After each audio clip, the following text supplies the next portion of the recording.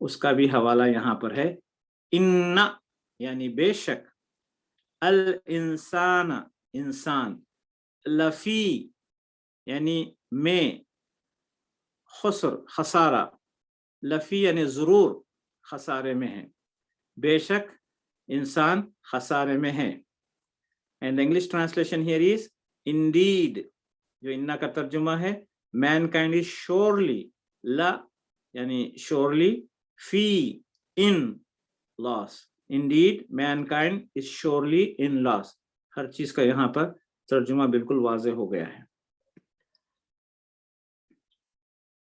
آئیے اس آیت شریفہ کی طرف چلتے ہیں. اِنَّا أَنزَلْنَاهُ فِي لَيْلَةِ الْقَدْرِ, یہاں پر اِنَّا پر ریڈ ہائی لائٹڈ ہے. ہم آپ کو اِنَّا کے بارے میں سمجھا چکے ہیں. اِنَّا جو ہے یہ نون الف کے ساتھ مل کر آیا ہے, اسی لیے اس کو اسٹریچ کیا جا رہا ہے. اِنَّا یعنی بے شک ہم, انزلناہ ہم نے یہ اتارا, فی یعنی میں, لیلۃ القدر, لیلت یعنی رات, لیلۃ القدر عزت والی رات. اس کا ترجمہ ہے بے شک ہم نے یہ قرآن اتارا لیلۃ القدر میں. And the same translation in English is indeed we revealed in the night of power.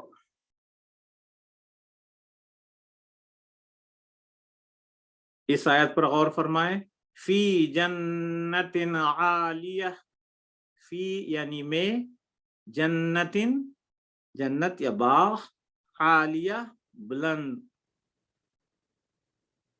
جس کا ترجمہ ہے خوش خوش بلند باغ میں. اس کی آیت کو بیچ میں حذف کیا گیا ہے مگر وہ ترجمہ وہیں سے آ رہا ہے. And the English translation is in a garden elevated, بلند باغ میں.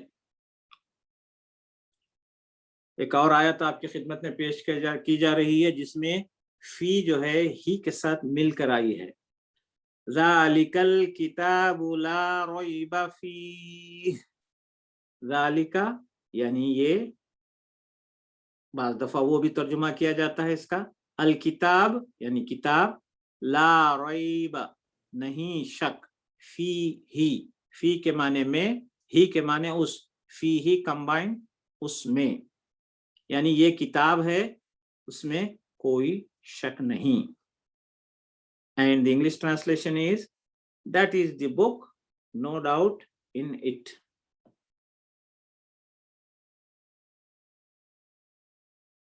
ایک اور آیت آپ کی خدمت میں پیش ہے.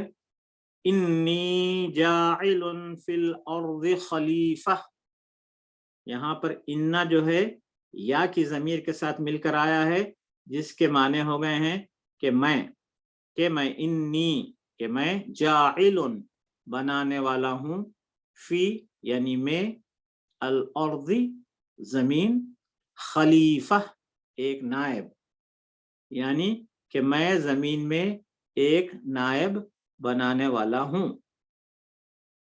And the English translation is indeed I am going to place in the earth a vicegerent.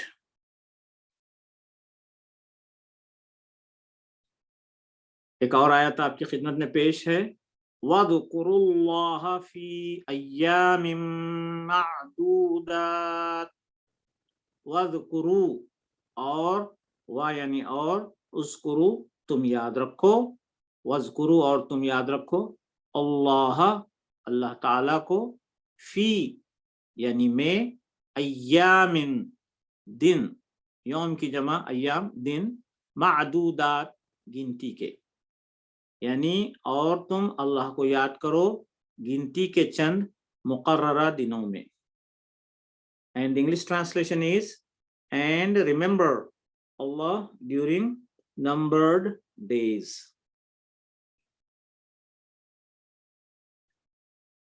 ایک اور آیت آپ کی خدمت میں پیش ہے.